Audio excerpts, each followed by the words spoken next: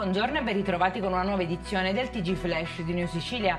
In apertura tragedia a Villa Grazia di Carini nel Palermitano, dove una giovane mamma quarantenne, Francesca Sicurella, si sarebbe schiantata con l'auto contro un muro. L'impatto sarebbe stato così violento da innescare un incendio. La vittima non ha avuto il tempo di uscire dal mezzo, rimanendo carbonizzata all'interno. In manette un 45enne di Niscemi, in provincia di Caltanissetta, che dopo alcuni tentativi telefonici di incontro negati dall'ex convivente avrebbe tentato più volte di incendiare la porta d'ingresso dell'abitazione dove attualmente vive la donna e i suoi 4 figli. La polizia è intervenuta dopo che la vittima aveva chiesto aiuto al telefono. Scoperti invece ben 14 lavoratori in nero nei cantieri edili di Bagheria nel Palermitano.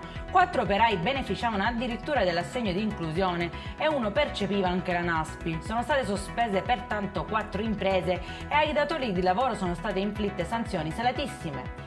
Stanco dei continui furti, un imprenditore agricolo palermitano ha aguzzato l'ingegno e ha deciso di sfruttare la tecnologia più avanzata per fermare i ladri di fieno. Così ha munito le sue rotoballe di GPS e ha atteso che sparissero dal deposito per allertare i carabinieri.